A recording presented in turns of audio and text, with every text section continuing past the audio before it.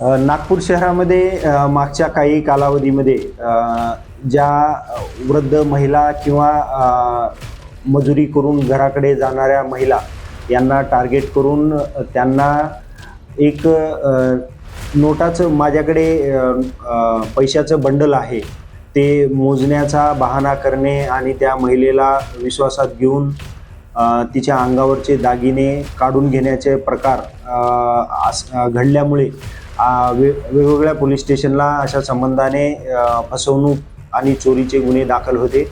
या गुन्ह्यांचा एकत्रितरित्या गुन्हे शाखा यांच्याकडून तपास सुरू होता. त्या तपास दरम्यानमध्ये युनिट 4 गुन्हे शाखा येथील अधिकाऱ्यांना माहिती मिळाली की या गुन्ह्यामध्ये आरोपी नामे चुंगलरूप बाबा किशनराव राठोड, राहणार उज्जैन, हल्ली मुकाम रमाईनगर कामठी याचा सहभाग आहे.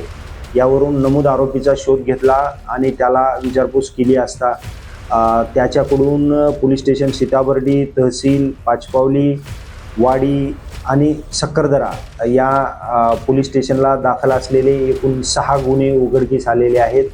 या गुन्ह्यामध्ये चोरीस गेलेले दागिने एकूण 33 ग्रॅम, किंमत अंदाजे 3,39,000चा मुद्देमाल आरोपी याच्याकडून जप्त करण्यात आलेला आहे.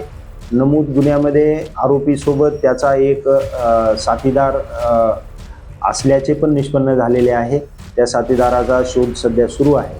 नमूद आरोपीचा पोलीस कस्टडी रिमांड सुरू असून अधिक तपास करण्यात येत आहे. सदर गुन्ह्याचा जो तपास आहे हे माननीय पोलीस आयुक्त, सहपोलीस आयुक्त, अपर पोलीस आयुक्त गुन्हे, त्याचप्रमाणे गुन्हे शाखा DCP Shri Matmikar sir, ACP Shri Patil sir यांच्या मार्गदर्शनाखाली युनिट क्रमांक 4 गुन्हे शाखा येथील स्टाफने सदरचा गुन्हा उघडकीस आणलेला आहे.